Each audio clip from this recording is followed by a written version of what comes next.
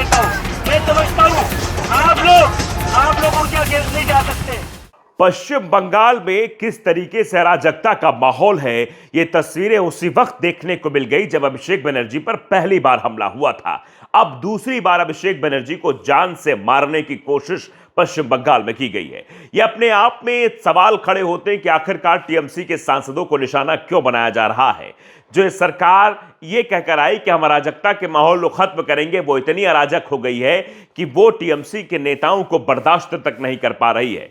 कहां पर अभिषेक बनर्जी पर हमला हुआ है, किस तरीके का यह जानलेवा हमला है, इस पर हम बातचीत करेंगे। साथ ही साथ हम आपको बताएंगे चंदा चोरी का जो मसला अयोध्या में चल रहा है, उससे लेकर लोगों को चोट पहुंची है, लोगों की आस्था को चोट पहुंची है। अब लोग दान करना कम कर चुके हैं। जो दान कभी 7 करोड़ से ऊपर हुआ करता था, वो 1.5 करोड़ के आसपास आकर टिक गया। लगभग 80 गुना कम लोगों ने दान करना शुरू कर दिया है राम मंदिर में, क्योंकि उनको लगने लगा है कि यहां तो चंदा चोरी किया जाता है, तो हम दान क्यों करें। इस पर भी हम चर्चा करेंगे, आपको बताएंगे। और साथ साथ ये भी बताएंगे कि अयोध्या में किस तरीके से 60 किलो चांदी का भी हिसाब किताब नहीं मिल रहा है। चांदी की कुछ ईंटें थी, वो भी गायब हैं। क्या क्या चीजें गायब हैं, उस पर भी बात करेंगे। साथ ही साथ हम आपको बताएंगे कि किस तरीके से भारतीय जनता पार्टी की सरकार जो उत्तराखंड में चल रही है, वहां कैसे सिख समुदाय के लोगों को भी निशाना बनाया जा रहा है। उनके जो लंगर हैं, वहां उन लंगरों में आग लगा दी जा रही है। क्या यह सही है? हिंदुत्व की सरकार की बात करती है, तो क्या हिंदुत्व के एजेंडे को ही लागू किया जाएगा, बाकी धर्मों के साथ इस तरीके का दुर्व्यवहार किया जाएगा? इस पर भी हम बात करेंगे। साथ ही साथ आपको बताएंगे सरकार प्रदर्शनों से कितना डरती है। कॉकरोच जनता पार्टी का प्रदर्शन जंतर मंतर पर चल रहा है, तो वहां पानी और बिजली काटने की बात कही जा रही है। साथ ही हम ये भी बात करेंगे किस तरीके से एक महिला मुस्लिम महिला का रूप धारण करके, यानी बुर्का पहनकर किस तरीके शराब का कारोबार कर रही थी, वो वीडियो भी आपको दिखाएंगे और बताएंगे कि वो महिला मुस्लिम नहीं और उसका नाम क्या है। आप वीडियो के अंत तक बने रहिएगा। नमस्कार, आपके साथ मैं हूं आदित्य कुमार और आप देख रहे हैं द लाइव टीवी।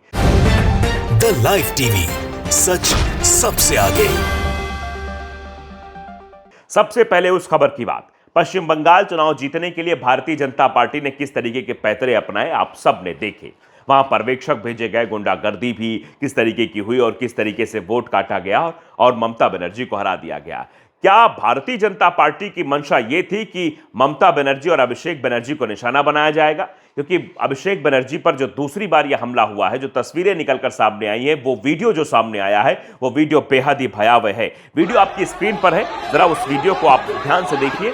यह वीडियो द टेलीग्राफ पर पोस्ट किया गया और पोस्ट करके ये बताने की कोशिश हुई है किस तरीके से वहां पर विध्वंसक चीजें हो रही हैं, वहां पर निशाना बनाया जा रहा है, टारगेट किया जा रहा है एक तरीके से। वीडियो देखिए आप। वीडियो में किस तरीके से ये जानलेवा हमला किया गया है। द टेलीग्राफ की ये रिपोर्ट है किस तरीके से अभिषेक बनर्जी पर ये जानलेवा हमला किया गया। आवेश तिवारी ने बाकायदे एक्स पर पोस्ट करके लिखा कि द टेलीग्राफ अखबार का वीडियो है। कल रात कोलकाता एयरपोर्ट पर टीएमसी सांसद अभिषेक बनर्जी के कत्ल करने की कोशिश हुई है। पीली शर्ट में गुंडा बीजेपी नेता उत्तम दास बताया गया है, इसके पास हथियार भी बरामद हुआ है। उत्तम दास को टीएमसी के लोगों ने मार मार कर नंगा कर दिया, पुलिस निकाल ले गई, वरना यह माना जाता है एक औरत भी पकड़ी गई है।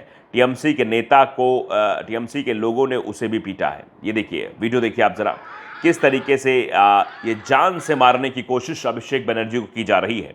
वीडियो में साफ तौर पर देखा जा सकता है, वीडियो जब आपके स्क्रीन पर चल रहा है, किस तरीके से पीली शर्ट में जो ये व्यक्ति दिखाई दे रहा है, ये भारतीय जनता पार्टी का नेता है जो इस तरीके की हरकत करता हुआ नजर आ रहा है। आप अंदाजा लगाइए कि इनकी मंशा क्या है, भारतीय जनता पार्टी के नेताओं की मंशा क्या है। क्या इस पर कोई नेता बोलेगा?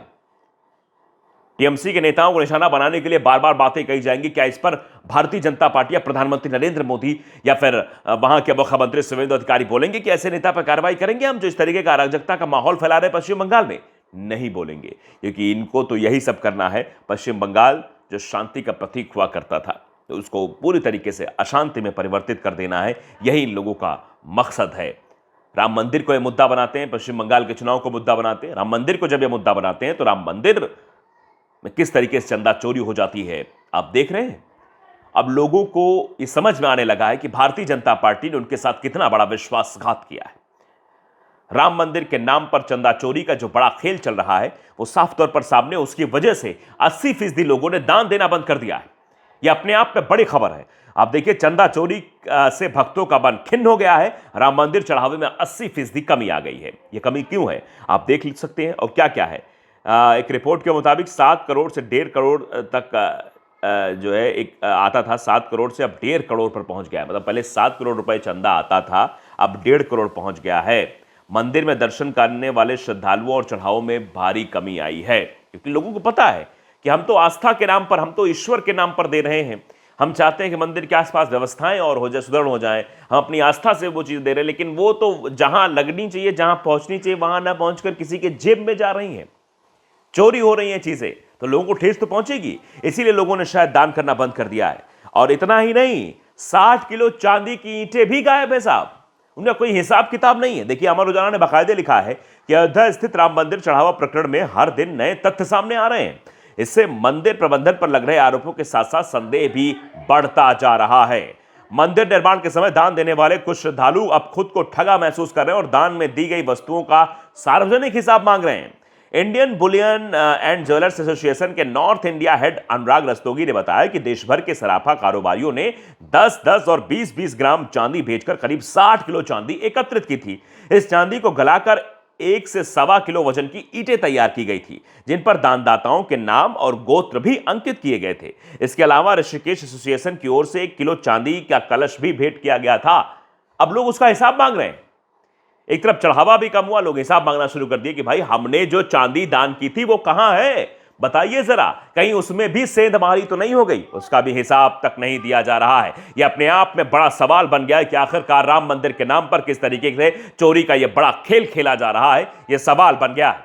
समझ रहे हैं आप किस तरीके से ये भारतीय जनता पार्टी की जो सरकार है और जो इन सबको मुद्दा बनाती है, हिंदुत्व को मुद्दा बनाती है, वो किस तरीके के कांड करती है। ऐसा ही कांड एक उत्तराखंड में सामने आया। दूसरे समुदाय के लोगों को निशाना बनाने की कोशिश जरूर ये लोग करते हैं। सिख समुदाय का लंगर चल रहा था और वहां पर ये देखिए किस तरीके की चीजें हुई हैं। ये हिंदुत्ववादी सरकार उत्तराखंड में चल रही है, भारतीय जनता पार्टी के डबल इंजन की सरकार, और उस डबल इंजन में किस तरीके सिख समुदाय के लोगों के जो लंगर हैं उनको जलाना शुरू कर दिया है। ऐसा पहले कभी पाकिस्तान में भी नहीं हुआ था। ये लिखा जा रहा है जसपिंदर कौर की तरफ से कि ऐसा पाकिस्तान में भी नहीं होता कि सिख के लंगरों को जलाया जाए। लेकिन ये जो घटनाक्रम, जो ये वीडियो सामने आए हैं, वो ये वीडियो देख सकते हैं आप किस तरीके से लंगर में आग लगा दी गई है। ये उत्तराखंड का वीडियो बताया जा रहा है। लंगर हाल लूनी आग लगा दी गई है। देखिए, ये देखिए तस्वीरें देख सकते हैं आप। तस्वीरों में देखकर अंदाजा लगा सकते हैं कैसे लंगर में आग लगा दी गई है, लंगर जला दिया गया है। तो ये तो एक सेवा भाव का कार्य है। सेवा भाव के कार्य को भी नहीं करने दिया जा रहा है दूसरे समुदाय के लोगों को। क्यों? क्या यही हिंदू राष्ट्र की परिकल्पना है? क्या यही राम राज्य की परिकल्पना है कि राम राज्य में दूसरे समुदाय के लोगों के साथ इस तरीके का दुर्व्यवहार किया जाएगा? अगर वो लोगों की सेवा करना चाहते हैं तो उनके लंगरों में आग लगा दी जाएगी। ये भारतीय जनता पार्टी की सरकार है और ये भारतीय जनता पार्टी की सरकार में नफरत फैलाने का ये जो नैरेटिव है वो साफ तौर पर दिखाई दे रहा है। इन्हें प्रॉब्लम्स होती है, बहुत दिक्कतें होती है दूसरे समुदाय से, इनके खिलाफ उठी आवाज से। एक आवाज जो कॉकरोच जनता पार्टी के रूप में पूरे देश में, पूरे विश्व में फैल रही है। देश में भी एक अलग नैरेटिव सेट हो रहा है, पेपर लीक का मुद्दा। अब उन सबसे डर हो गया है इन लोगों को। जंतर मंतर पर पानी और बिजली बंद कर दी गई है। जंतर मंतर प्रदर्शन चल रहा है, वहां पानी और बिजली की व्यवस्था बंद कर दी गई ताकि ये प्रदर्शनकारी चले जाएं यहां से, प्रदर्शनकारी प्रदर्शन ना कर पाएं, अपनी बात ना रख पाएं, शांत हो जाएं। इसलिए सब कुछ करने की कोशिश की गई। वैसे पहले भी कई आंदोलनों में जब भारतीय जनता पार्टी की सरकार के खिलाफ आंदोलन हुए, उन आंदोलनों में भी पानी और बिजली बंद करने की कोशिश की गई थी। अभिजीत दीपकी क्या कुछ कह रहे हैं वो जरा सुन लीजिए आप। पानी रोकने का और लाइट बंद करने का ऑर्डर किसने दिया है? मैं उनसे रिक्वेस्ट कर लेता हूँ। मैं समझता हूँ आप लोग उनके अगेंस्ट नहीं जा सकते। मैं समझता हूँ आप लोग उनके ऑर्डर को बाईपास नहीं कर सकते। आप मुझे बस नाम बता दीजिए, क्या प्राइम मिनिस्टर ने बोला है पानी बंद करने के लिए? क्या प्राइम मिनिस्टर ने बोला है लाइट बंद करने के लिए? क्या होम मिनिस्टर ने बोला है पानी और लाइट बंद करने के लिए? आप मुझे बता दीजिए, मैं उनसे रिक्वेस्ट कर लूंगा।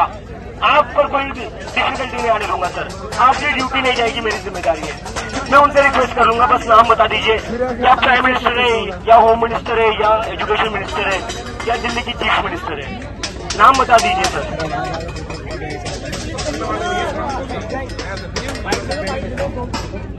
जंतर मंतर पर कॉकरोच जनता पार्टी का प्रदर्शन चल रहा है और अभिजीत दीपको को आपने सुना, उन्होंने कहा कि पोहारी पुलिस बल यहां मौजूद है। मैं उनसे सवाल पूछना चाहता हूं कि यह पानी और बिजली क्या प्रधानमंत्री ने बंद करवाया या गृह मंत्री ने बंद करवाया? मैं सिर्फ उनसे पूछना चाहता हूं क्यों बंद करवाया, इसके पीछे का रीजन क्या है, क्यों ये चीजें की गई हैं? ये सवाल जो है अब पूछा जा रहा है। तो क्या विरोध की आवाज को दबाने की कोशिश है या क्या है? अंतिम एक वीडियो मैं आपको दिखाना चाहता हूं, जिस वीडियो की चर्चा मैंने शुरुआत में की थी। ये किस तरीके से, देखिए ये वीडियो आप जी स्क्रीन पर जो चल रहा है, ये महिला जो बुर्का पहने हुए दिखाई दे रही है, इसका दरअसल नाम है साध्या तिवारी। ये शराब का कारोबार कर रही थी, शराब की तस्करी कर रही थी। शराब की बोतलों को बुर्के के नीचे कैसे छुपाया जा रहा था और जब पकड़ा जाए तो मुसलमान बदनाम हो जाएं, ये भी कोशिशें लगातार इस देश में चल रही हैं। तो आप ज़रा इस वीडियो को ध्यान से देखिए। और ये वीडियो मिस्टर कूल ने शेयर भी किया। नाम साध्या तिवारी, काम बुर्का पहनकर अपने बदन पर शराब की बोतलें बांधकर तस्करी करना ताकि मुस्लिम महिलाओं और लड़कियों को बदनाम किया जा सके। मतलब कमाई अपनी और बदनामी पूरे मुस्लिम समाज की। इस तरीके की चीज़ें भी देखने को मिल रही हैं। इस पर आपकी क्या राय है, हमें ज़रूर बताइएगा। नमस्कार।